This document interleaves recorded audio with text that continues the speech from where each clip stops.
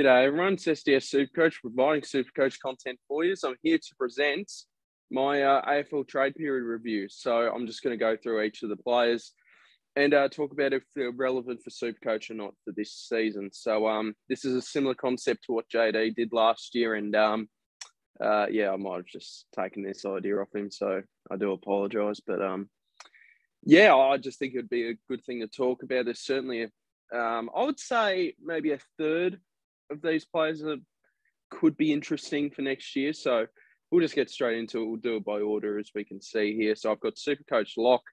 So players that are like straight away in my side so far for next year. Someone to consider. So maybe someone that could be an option for us. And then you got maybe Supercoach relevant.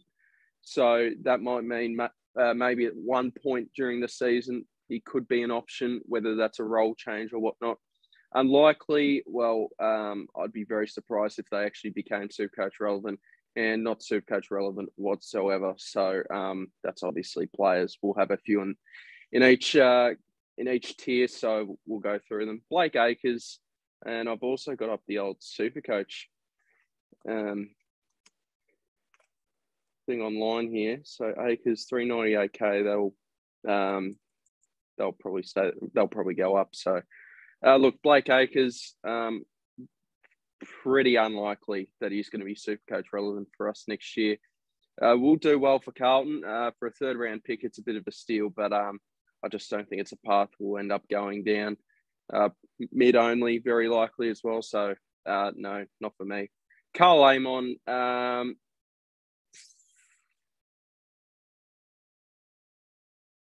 Between unlikely and maybe. I'm going to go unlikely, though.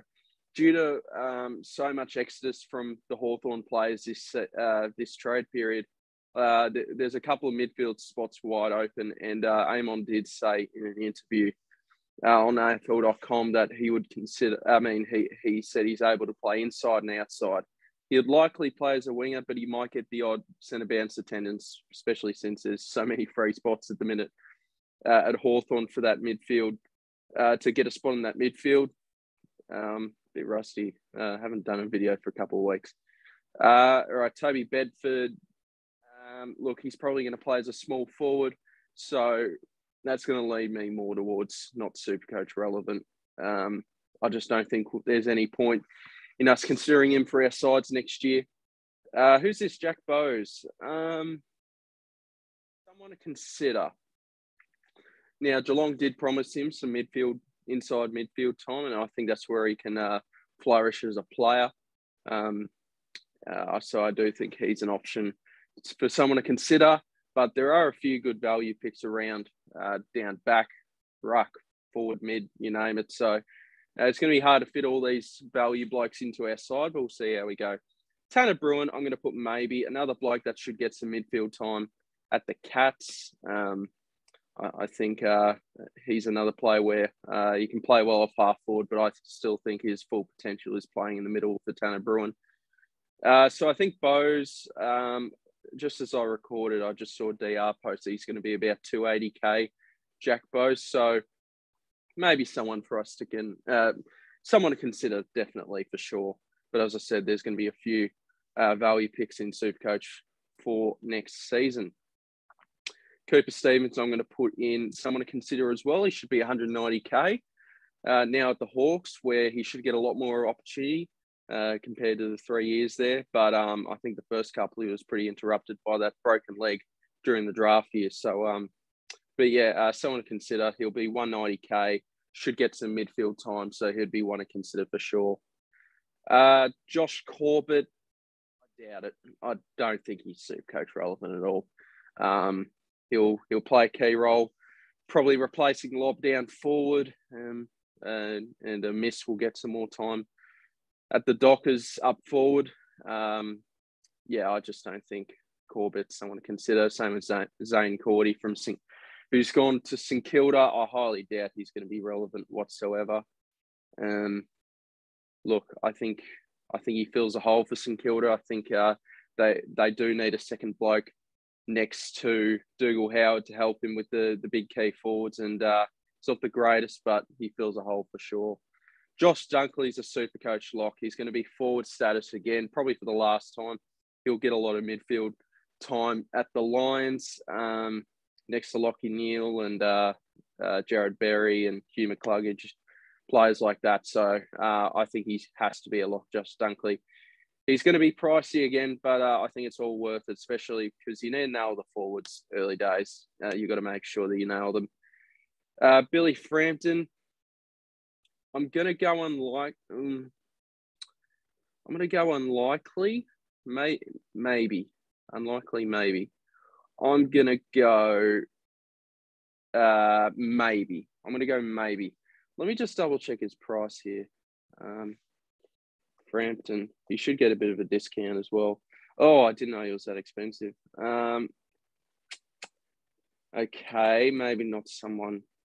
So I'm going to put that down in unlikely. I mean, I'm going to put it in unlikely, but I do think there's a chance where if he's doing the right role, if he's going to be intercepting down back, Collingwood, I do think, need a couple of blokes like Frampton, and Frampton's come to the club. I think he can get some games and really flourish there, but it just all depends on, what's the value of Frampton next year. That'll be very interesting to see. Aaron Francis, I did see that he was going to be, I looked at George's video last night as well. I typed in George. Francis. 271. He might get a bit of a discount there. I think George said he was going to be 145k though. So that might be something to consider. I'm going to go unlikely, but maybe he's a cheap option down back if he's nailed on to play each and every week. Maybe we look at that. Now, isn't the ruck situation going to be interesting for Supercoach next year with Grundy joining the D's along with Max Gawn, and then you've got Luke Jackson going to Freo along with Sean Darcy. It's really it's going to separate a lot of Supercoach sides with what rucks you go for, and I think that it could be the make or break it for your side. And I find that really interesting, and I think that's a good thing. Make sure that we don't have a massive template issue in our Supercoach side. So look, well, he's certainly relevant, but in a bad way. I'm going to put it in maybe Max Gawn is the full-time full forward. Maybe I'd consider it with Grundy, but look, the odds are they're going to swap forward and ruck, and I'm really not sure if that's something I'd want to go down and risk. If one of them got injured, then certainly their ceilings would one of Gawn or Grundy's ceilings would be raised a lot higher. But I've got a feeling this is not going to work. I haven't seen much of Grundy at all play forward, so that'd be very interesting. Jack Gunston, not Supercoach relevant, very relevant for Brisbane. That's a fantastic pickup, and it makes me sad as a Hawthorn supporter. Is what it is, though. Best of luck to him. I hope Brisbane do well with him. Bobby Hill, again, he's around like similar to Toby Bedford. I just don't think these small forward blokes are going to be relevant at all. Jacob Hopper is a lock for my side. He should be about 328k and should be getting a full-time mid role at Tigerland. So I think he's certainly going to be a lock in my side early days. And there's a lot of value picks. I said, I've got Jack Bowes. There's Jacob Hopper. I think there's a couple of others. So a lot to consider. Horn Francis, I'm going to put maybe. Didn't have the greatest Supercoach year, Jason Horn Francis, and it's just going to be more like there was opportunity at North Melbourne. Is there going to be opportunity at Port Adelaide when you got Rosie, Boak, Wines, Butters in the midfield? So Drew, somewhat. So that's something to consider there. So look, I think he's a maybe. Lockie Hunter, unlikely, similar to Blake Acres and Carl Amon. Maybe more Blake Acres. I just think he'll fill a role on the wing and should do a good job at Melbourne. Jaden Hunt, maybe if he becomes a bit of a seagull, I think they'll play him over Witherden. Maybe him and Jermaine Jones off the half back line could be interesting for Supercoach. So I'm going to put and he's going to be like I think George said 280K. So I'm going to put maybe if he gets the right role, certainly a chance. Luke Jackson just stuffs up Shrek, big time. He's certain. Where would I put him? I'm going to put him next to Grundy, maybe. As I said, if one of Darcy or Jackson go down, the other becomes very, very interesting to talk about, of course. But look, I just think both these two have just totally stuffed up our plans in the ruck, and it'll be very interesting. Liam Jones, not relevant at all. Good to see him back. Interesting he went to the Dogs, considering the Dogs used him terribly when he was there, but is what it is. Willie Junior Rioli now. We're going to put him probably unlikely. I think he's just going to fill a forward pocket role for Port, but we can see him push up the ground a little bit. I don't know what his price is. Rioli. Willie Rioli, 312K. No, I'm just not really sure. I highly doubt that he's going to be become relevant. So give that a pass. Rory Lobb, not going to be relevant at all. Let's just hope he doesn't eat too much into Tim English's ruck time. So we'll see how that goes. Griffin Logue, again, I highly doubt he's going to be relevant. But best of luck to him at North without a coach at the minute. Now, Ben Long might be very interesting because we've seen a few Gold Coast Suns blokes. So I'm going to put him in maybe. Will Powell, Lockie Weller. There's someone else, Connor Budrick. They've all gone down with serious injuries. I wonder if they're going to play him on a half-back role. I reckon that would be very interesting. Bose has gone as well. So I'm very interested to see how Gold Coast are going to utilise Ben Long. He should get a game each and every week. So it'll be interesting to see how they use him. He might be relevant, maybe similar to like a Jaden Hunt sort of situation. Dan McStay, we knew this since April that he was going to Collingwood, but he's not relevant. Someone to consider is Lloyd Meek. So I think Lloyd's going to play each and every week. What I think Hawthorn will do is Reeves and they might play Cozzy, so I could be wrong here, but I could imagine a world where Reeves and Meek are going to be switching from forward and ruck. It'd be very interesting to see. I've seen highlights of Meek as a forward, and I think he's very, very capable of playing there. It's more about Reeves. Can he actually play forward and make him a bit more versatile in his game? So, look, they'll be interesting. 430K, though. It's a bit pricey, but considering the limited ruck options, it's someone to consider, I guess. Tom Mitchell. This is an interesting talking point because there are a few pros and cons with this. We're looking for value as our, for me, for my side next year, I'm looking for a little bit of value in my fourth premium mid. I normally like to go with 4 premium mids. So I think to myself, all right, I'm halfway to upgrading my midfield already. So because midfielders are the hardest to upgrade. So I'm thinking Tom Mitchell, and I think there's a lot of opportunity for him at Collingwood. He'll play each and every week in the middle, unlike last year. And I think he's certainly an option. Look, I'm not going to put him as a lock, but I'd really like to start him. Look, my premiums at the minute in the midfield are Oliver, McRae without Dunkley now, Steele, who's going to be cheap for what he's capable of, and Tom Mitchell. They're the 4 at the minute I'm flirting with, but we'll see how that goes. So, yeah, I would consider Mitch, but as George said, and as I'm sure the Supercoach Twitter community has also said, they play a low possession game, so they'll be that might bring him down a little bit in terms of what he's capable of, and he's going to turn 30 next year. But I do think he's got one good year left in him. So I'm backing Titch. I really do hope all the best for him. I love Titch. Got us a Brownlow medalist, got us a Brownlow medal, and tried his guts out each and every week. So best of luck to him. Ollie Henry, I highly doubt it's going to be relevant. So I'd ignore that. Jaeger, I'm going to put unlikely. I just think he's replacing what David Mundy did at Freo. And look, I don't think when you've got Brodie, Brayshaw, Sarong, Someone else I'm forgetting. There's a few other blokes that can run in the midfield. Of course, Fife, but I'm not sure if he's up to it these days. But look, he's very unlikely, Jager, to be relevant. But best of luck to him as well. Another very good servant at Hawthorn. Rankin, I'm going to put unlikely.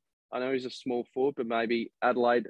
Adelaide've got a few open spots in the midfield. Maybe they give him a little bit of a crack every now and then in that midfield, because they do have a decent forward line as it is, Adelaide. So maybe there's an option for Rankin to play in the middle.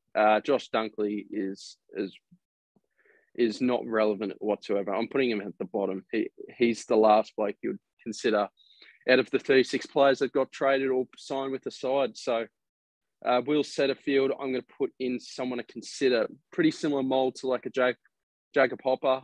I just think Hopper's had more runs on the board, and I'd back him in a bit more.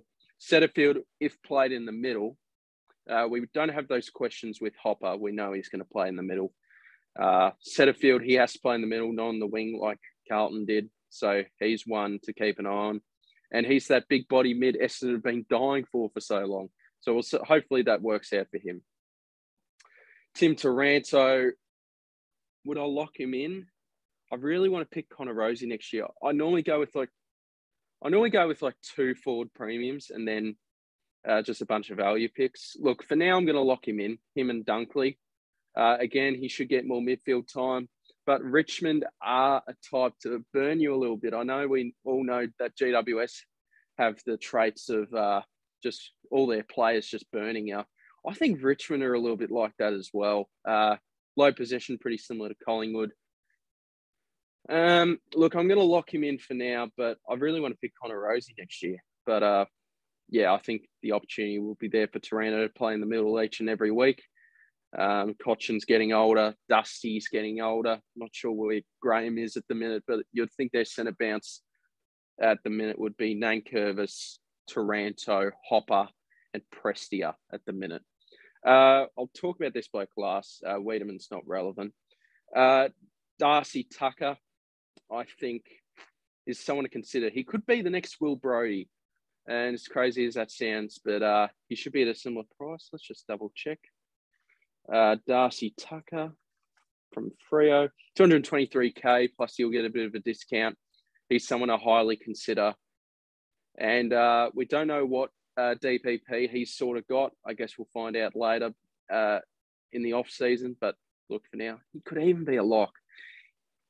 I'm going to put him in lock, actually. I've got these 4 blokes in a lock.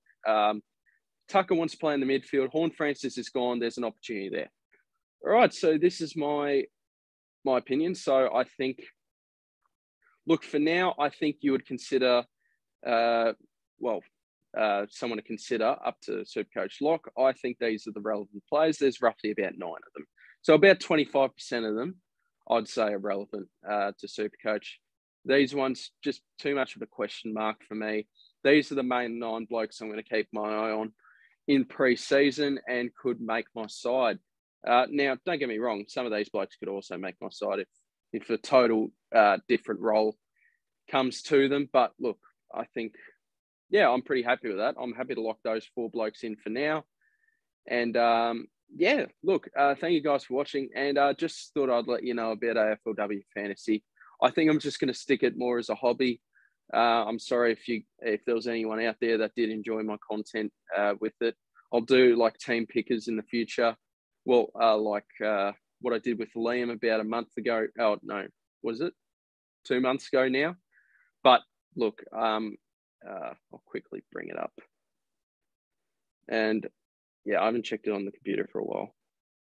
So yeah, anyway, is what it is. Yeah, so I'm not going to upload any more AFLW Fantasy. I might do a season review, but that's about it. I want to stick to strictly Supercoach content.